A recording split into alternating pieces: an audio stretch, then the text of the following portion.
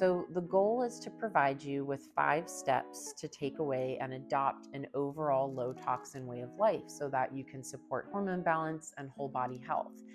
Again, take these one at a time. The goal is never to overwhelm. I remember going through, just my own awareness and education of decreasing toxic load many, many years ago. And I was just like, what can we do right? Why is this so hard? So take your time, don't rush, and just work your way through these suggestions and swaps, and things will come into play at different times. So step number 1 is to drink clean water. We've touched on this earlier in the master class, but regardless of where you live in the US, tap water has been shown to consistently contain various contaminants such as heavy metals, pesticides and herbicides, forever chemicals, those are exactly what they sound like, VOCs, traces of pharmaceuticals, microbial contaminants, and the list goes on. Dr. Jessica Petros, who's a pretty well-known functional medicine doctor, refers to tap water as infertility water. And while that might sound extreme, and even if you aren't trying to conceive, I think it sums up the impact that unfiltered tap water can make on women's hormones. So the simple step here is to invest in a high quality water filter. On your Hormone Harmony resource page, there's a few different options based on price range that I highly suggest checking out. Step number 2 is to eat organic foods. And again, we've touched on this already, but I want to re-emphasize that eating organic is one of the best ways to decrease incoming toxin load, especially the load of endocrine disruptors, which glyphosate, the herbicide sprayed on produce and other food, is one of the biggest endocrine disruptors. The use of glyphosates has been controversial for years, and many countries have already imposed bans on their use due to very growing concerns of health and environmental impact. So the action step here is very simple. Try to transition as much of your diet as you can to organic-based foods. And if purchasing all organic isn't feasible, check out the Environmental Working Group EWG's annual Clean 15 and Dirty Dozen list, and you'll see the specific types of produce to prioritize purchasing organic and those that you can purchase conventionally, a little bit more safe. Also remember that animal-based proteins are equally important to prioritize purchasing organic as well. Animals raised and processed, and this is another soapbox I could get on because what they're doing in what's called CAFOs, concentrated animal feeding operations, is horrifying in so many different ways. But the meat that is a byproduct of mass-produced meat has a higher toxin content and just lower quality nutrition in general. And these animals are raised in completely unnatural and inhumane conditions. CAFOs should be illegal for multiple reasons, in my opinion. But for low toxin and just better quality and more humane animal-based protein alternatives, look for grass-fed organic beef, pasture-raised organic chicken, turkey, and pork, and wild-caught seafood choices. And those are all listed on your master food list as well.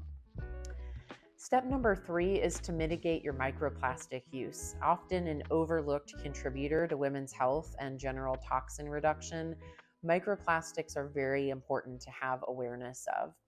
Microplastics are tiny fragments of plastic. They're less than 5 millimeters in size that result from the breakdown of larger plastic items or are manufactured, such as microbeads and personal care products. I remember a lot of those from when I was in grade school. Microplastics can enter the body through ingestion, inhalation, or skin contact, and once they're inside, they can accumulate in our tissues, and they have the potential to, you guessed it, disrupt many of our natural body's processes, particularly that of our hormones.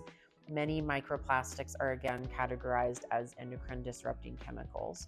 So some of the steps you can take to cut down exposure to microplastics are, number 1, getting a high quality reusable water bottle. No one should be drinking water from single-use plastic water bottles at this point. That's crazy.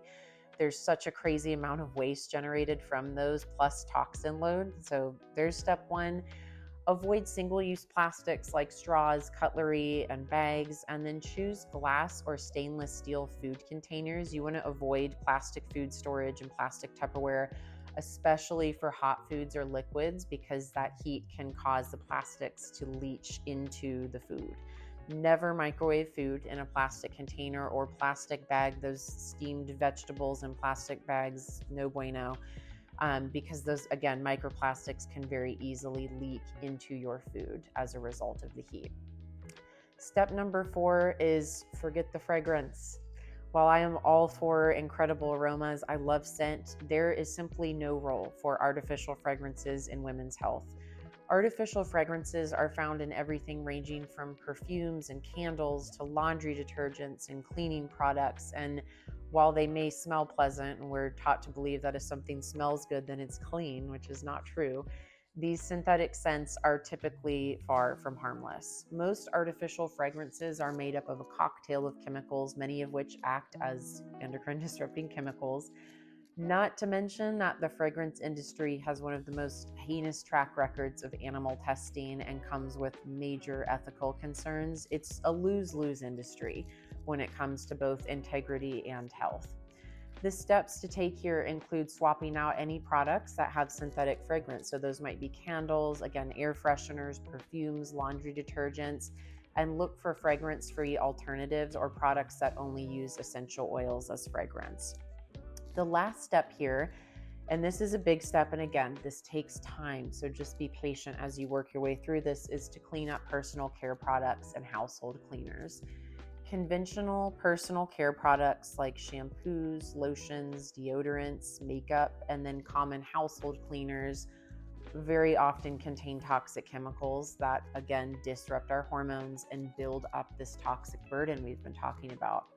The best resource I can share here is the Environmental Working Group. Again, their site Skin Deep, which serves as a really epic database for safer, low toxin personal care and household items. And I would recommend bookmarking this site. It is on your resource page for the class, and just gradually swapping out any personal care and household products.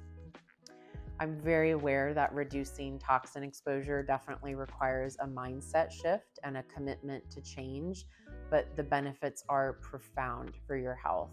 And by taking these proactive steps to minimize your exposure to these chemicals, you are yet again building a solid foundation for hormone harmony and overall health.